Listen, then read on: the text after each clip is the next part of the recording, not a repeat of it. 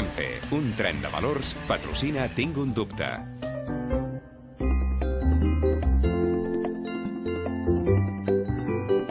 Clara, es pot saber què fas amb la cinta mètrica? Amido les parets. Què has dit? Que amido les parets.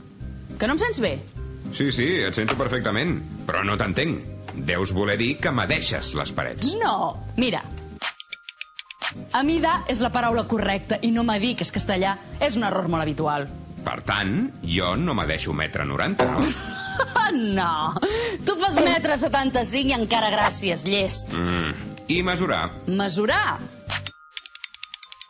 També és correcte, però el podem fer servir per més coses. Volums, pesos, quantitats, fins i tot temps. Per exemple, quan cuinem, mesurem les quantitats de sal, sucre o farina, no? Sí, o també cal mesurar les paraules quan parlem de temes delicats. Ho entens? Sí. Doncs ara que ja has amidat el que volies, podries passar per casa a amidar la meva habitació. I per què ho hauria de fer?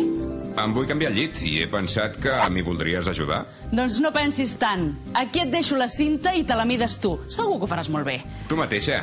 Després no et queixis si el llit és estret. Però qui t'ha dit que jo seré mai al teu llit? Ai, de més verdes em maduren. Ai... Quan prenem mides, amidem, no medim. Fem servir mesurar per a magnituds i capacitats.